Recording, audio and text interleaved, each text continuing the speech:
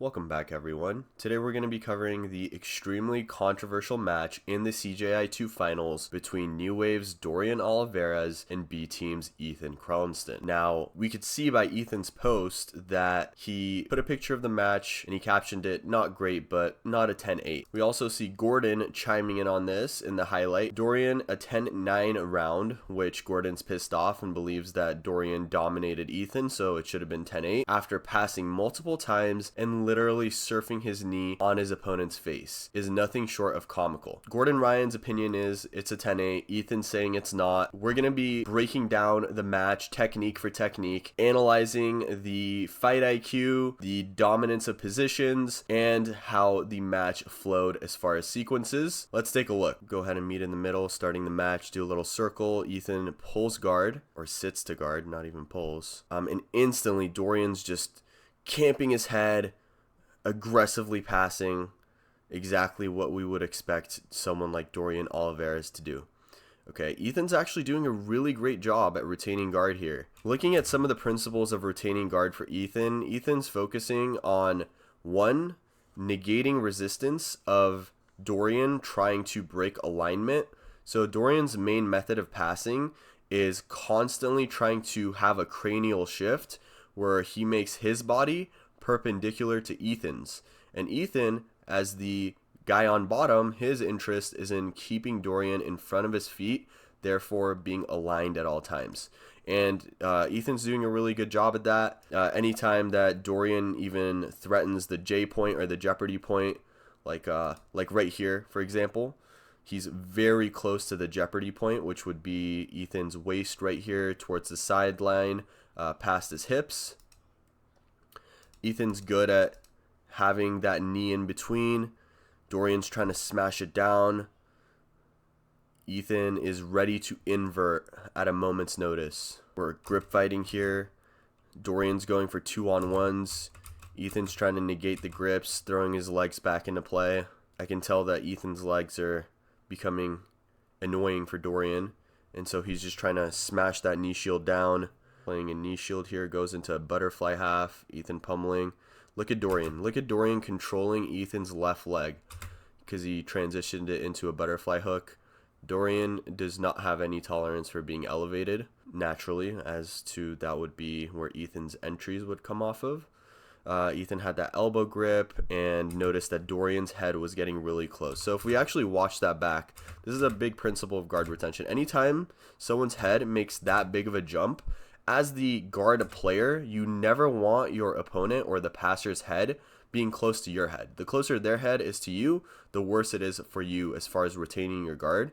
So when Dorian is right here, sort of, in front of Ethan's legs, and then he does that huge shift forward where they're basically head to head here, trying to get, some sort of like chest to chest contact, get into chest to chest half. Ethan instantly goes into a forearm frame from previously using, looks like what was a forehand frame.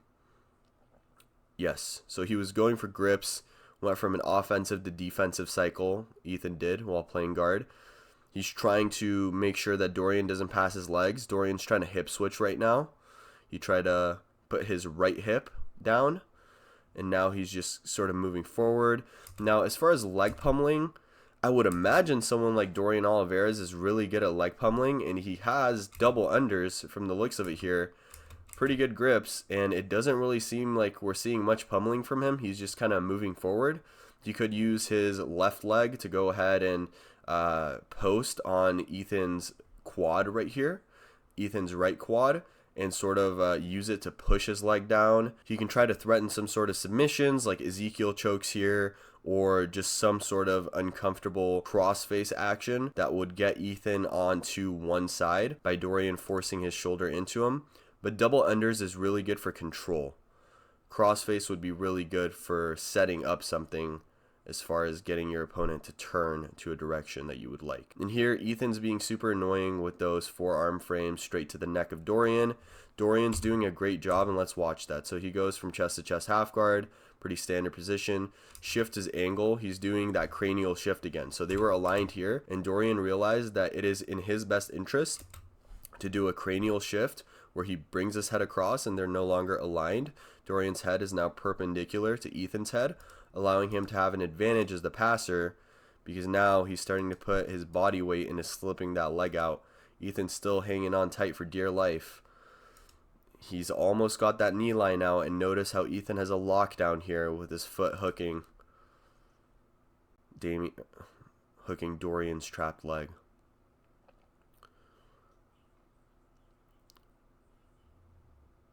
Dorian kind of goes into a split squat for a second. He's off to the side, and boom, passes to north-south. Goes into side control 2. He has traditional side control, gave it up. Still has that underhook on the far side arm. Trying to just block Ethan's mouth. Steps into mount. And John Danaher right here, he's observing, he's scanning. Danaher's analyzing the situation. And so Dorian right here, I mean, he's just absolutely smothering Ethan. His wet, sweaty rash guard right now is dripping down into Ethan's nostrils. And as we can see here, Ethan does a little bump and he brings his legs back in. And Dorian's doing a good job at negating that at first. And then when he realizes, like, okay, this guy might weasel his way back in, he just simply steps to the side and continues to hold a dominant position in side control. He's blocking Ethan's mouth.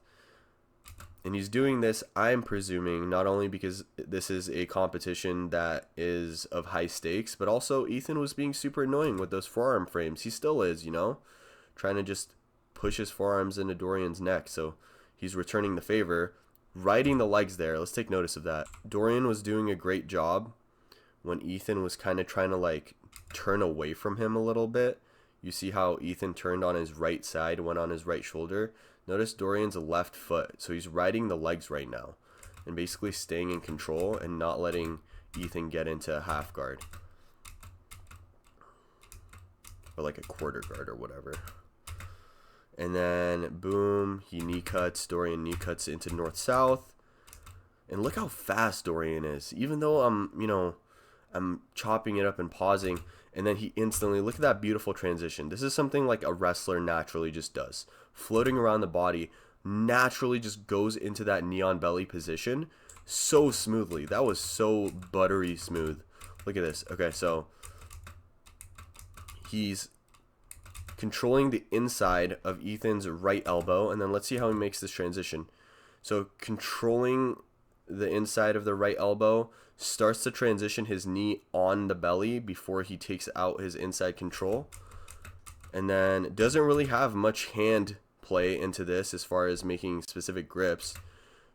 Just lets go of his left elbow inside position first. And then boom, gets that knee on belly, riding the legs again. Look at Dorian's left leg. Definitely this is wrestling at its finest in jiu-jitsu. We see some of these things, you know, from people like J-Rod, Nicky Rod. They're really good at circling around the body, going to the back from front headlocks, circling to north-south, always remaining in great control, shifting their position at will, super smoothly. Seems like effortless almost. So let's go over this sequence right here. So Ethan's trying to turn belly down, and Dorian really is just doing whatever he wants. So riding the legs here, pinning Ethan's arm. So Dorian could have had a gift wrap there, maybe. So yes, riding the legs here after the knee on belly. And notice Ethan's left arm. So he's doing a good job. If Ethan's left elbow was a little bit higher and his left hand, was more towards his own chin, then Dorian could have reached behind his head with his right hand and grabbed the wrist of Ethan's left hand, and then went for a gift wrap with Dorian's left hand under and grabbing his own wrist. So Ethan doesn't really overextend there. Dorian didn't have much of a clear opening to go for that gift wrap, but at the same time, go ahead and maintain hip control with his left hand, and then sort of a north-south choke position. Again, knee on belly, His left knee. Ethan gets the quarter guard again. And it just looks like Ethan's getting straight up dominated here. For the first 2 minutes, fair enough. That was good guard retention. And, you know, at best, it could have been neutral for Ethan. But, I mean, look at this man. This looks like, you know, the kind of person that's hanging on for their life. And I mean that with all due respect. Obviously, Ethan's a great grappler. He's like what you would expect from a Canadian guy. Like, he's very Canadian in that fashion. And I mean that in a good way. And we see here he's hanging on to that close guard. Now, we all know people like this that just hang on to the close guard and they just get really heavy. And they're not even trying to, like, sweep you or invert in a K guard. They're just kind of sitting there. And this really speaks on, like, how tired Ethan is. And then he grabs an outside grip on Dorian's ankle right here. Just under his calf. And so he's not really doing much here other than trying to just tip Dorian back using his weight. Now he grabs a scoop grip under Dorian's calf. An inside knee scoop almost. So he brings that ankle towards him. Still has close guard. This was like some sort of like back take that the BTeam guys practice. Dorian instantly throws his arm over on the other side of Ethan, preventing the back take, because you have to be behind both of their arms in order to take the back. Swinging your arm around their neck and clotheslining it is one of the easiest ways to prevent back exposure. It works much better in early stage defense, but still does in late stages, depending on the level of your opponent. So we got a, mouth blocking competition here, covering the mouth. It's like Ethan's not really going for any kind of attack here. We can see he's just kind of trying to keep Dorian low, maybe even get Dorian's right elbow across his center line to go for some sort of attack, back take, juji, anything of the sort. And Dorian's just smothering this dude. He's like, okay, he's going to be annoying with his close guard. I might as well just cover his mouth and really let him have it. And so at a certain point, it seems like Ethan here is pulling the head down and going for a pinch headlock again as Ethan does absolutely nothing with it, and Dorian gets out. Like, at this point, I don't think Ethan's making attempts at attacking. Like, he's doing a good job at setting up what he would need for an attack.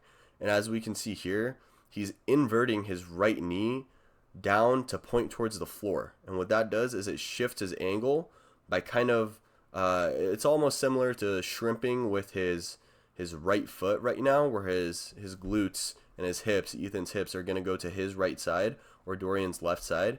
But like, he doesn't do much with it. Like, I don't really understand like what the purpose of that was, or like what he's trying to do, because we see his legs flail, but he didn't really attempt anything. Not a sweep, not an arm bar. We're doing some hand fighting there. Dorian's trying to wrist lock Ethan now. He's tired. You can tell that Dorian he's getting frustrated, and he's not down for this kind of jiu-jitsu play where it's getting boring for him. 30 seconds left. Again, V grips in the armpits. Ethan goes for an arm drag, and Dorian at this point is just Vader choking him. And another pinch headlock from Ethan. So, did Ethan get his guard passed? Yes. Did Dorian get mount, side control, knee on belly, and north-south position for extended periods in this match? Yes. Did Ethan look like he was hanging on for dear life and getting dominated the entire time? Yes. So why on the judges' scorecards was this match scored 10-9 in favor of Dorian?